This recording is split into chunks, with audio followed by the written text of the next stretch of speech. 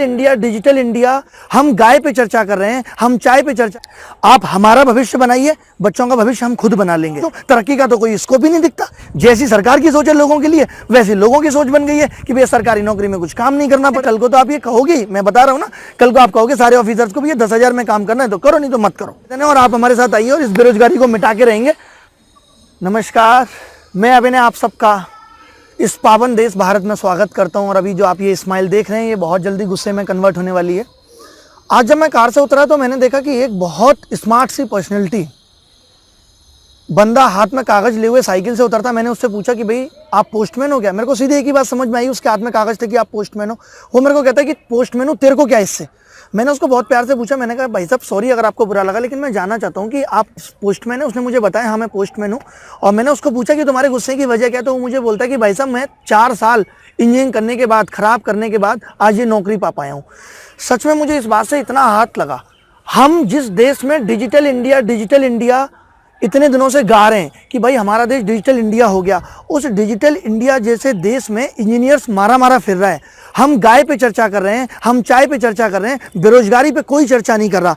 आज भारत, अगर मैं आपको बताऊं, मेरे को बहुत ज़्यादा फैक्चुअल बातें नहीं पता और ना ही मैं फैक्चुअल बातों पे यकीन करता हूं। अगर मैं आज भारत की बात करूं तो भारत में सबसे ज़्यादा जनसंख्या यंग लोगों की है। मतलब ये वो फेज है जब हम भारत को बहुत आगे ले जा सकते हैं, लेकिन कोई इस बारे में नहीं सोच रहा। लोग आ रहे हैं, कोई कह रहा है कि ये सरकार थी, इसने ये खराब किया, हम देखो ये अच्छा कर रहे हैं। लोग पूछते हैं कि अच्छा दिख नहीं रहा। बोले अच्छा दिखेगा भी, आगे आने वाली पीढ़ी को अच्छा दिखेगा। मैं सरकार से ये निवेदन करता हूं कि आप जो भी अच्छा कर रहे हैं ना, वो हमें भी दिखना चाहिए। आप हमारा भविष्य बनाइए, बच्चों का भविष्य हम खुद बना लेंगे। इतनी ज़्यादा मतलब दुख की बात है, सारे चैनल्स पे भी आजकल बेरोजगारी पे बहुत बड़ी बात चल रही है। मैंने खुद इस पे एनालिसिस किया तो मुझे पता लगता है कि यार आज लोग सफाई कर्मचारी बनने के लिए, जो बंदे पीएचडी करके बैठे हैं, आप एक बात बताइए, आप बंदे को पीएचडी क्यों करा रहे हैं? आप क्यों पीएचडी संस्थान बंद नहीं कर देते?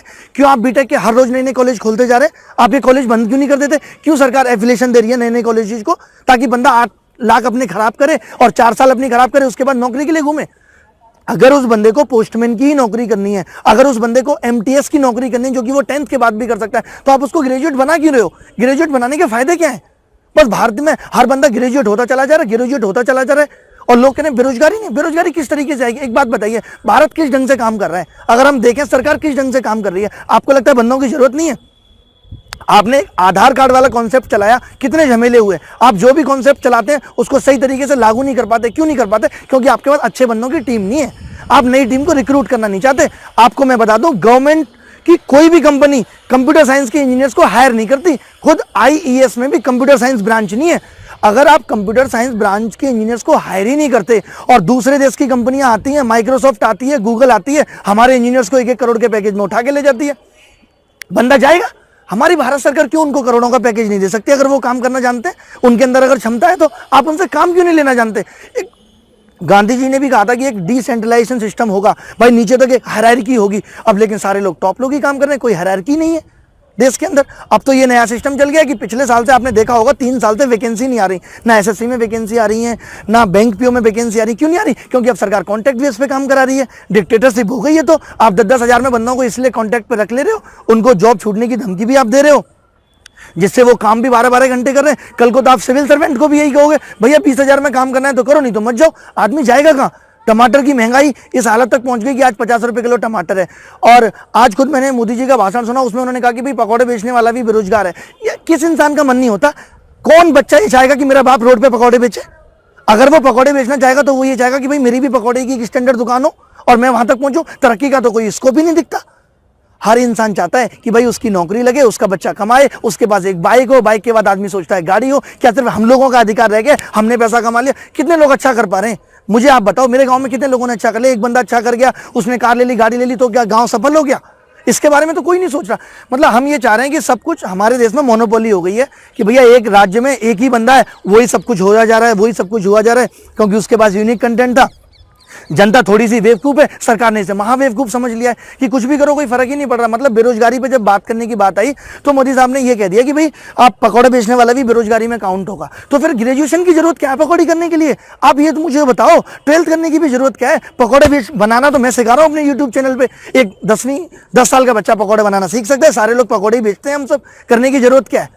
मैं तो फिर भी इतना कर रहा हूँ कि भाई यूट्यूब चैनल पे फ्री पढ़ा के और कम से कम विदेश से कुछ पैसा तो खींच रहा हूँ। मैं तो कर रहा हूँ लाख रुपए भी अगर मुझे यूट्यूब से आ रहा है तो फॉरेन से कुछ पैसा तो खींच रहा हूँ। हम तो, हमारे पास कोई ऑप्शन ही नहीं है। अब ये तो है नहीं कि हर बंदा यूट्यूब पे काम कर सकता है। मैं खुद बता दूं, मेरा छोटा सा ऑर्गेनाइजेशन है, अगर मैं चाहूँ तो आज 300 बंदे रिक्रूट कर सकता हूँ और मैं धीरे धीरे कर सकता हूँ, कर रहा हूँ, और मैं उनसे काम भी निकलवा सकता हूँ। लेकिन सरकार इस डायरेक्शन में सोचना नहीं चाहती। वो ये समझती है कि अगर बंदे को रिक्रूट करने का मतलब है सिर्फ सैलरी जा रही है, काम वो कुछ नहीं करेगा। जैसी सरकार की सोच है लोगों के लिए, वैसी लोगों की सोच बन गई है कि भैया सरकारी नौकरी में कुछ काम नहीं करना पड़ेगा। मैं तो ये कह रहा हूं, अगर आप काम करने वाले बंदे ही हायर करते हो लेकिन आप उनको उस लेवल की सैलरी पे करते हो, फिर आप कहते हो करप्शन हो रहा है। आप एक सिविल सर्वेंट को, एक आईएएस बंदा जो कि बचपन से 20 साल तो सपना पालता है, उसके बाद 5 साल तैयारी में लगाता है, तब कहीं जाके बनता है, अब उसको आप 50,000 रुपये या 60,000 रुपये सैलरी दे रहे हो, उसको अपने बच्चे को भी पढ़ाना है, कैसे वो सारी चीजें करे करप्शन के लिए? तो आप खुद प्रेरित कर रहे हो लोगों को, आप उनको उनकी कीमत दे ही नहीं रहे। ये तो फिर डिक्टेटरशिप हो गई, तानाशाही हो गई। भैया कल को तो आप ये कहोगे, मैं बता रहा हूं ना, कल को आप कहोगे सारे ऑफिसर्स को भैया 10,000 में काम करना है तो करो, नहीं तो मत करो।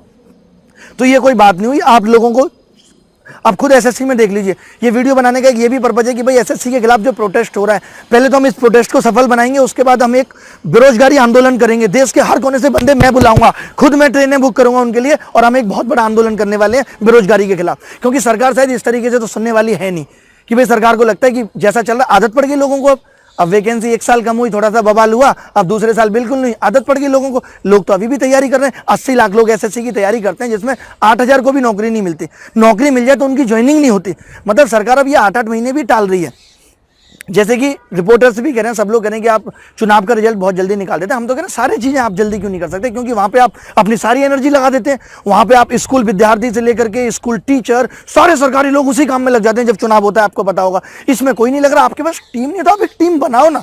चलो 1 दिन में नहीं कर सकते, 1 महीने में तो हम कर सकते हैं। हमारे पास वो कंपनी नहीं है, हम सॉफ्टवेयर खरीद सकते हैं लेकिन बनवा नहीं सकते।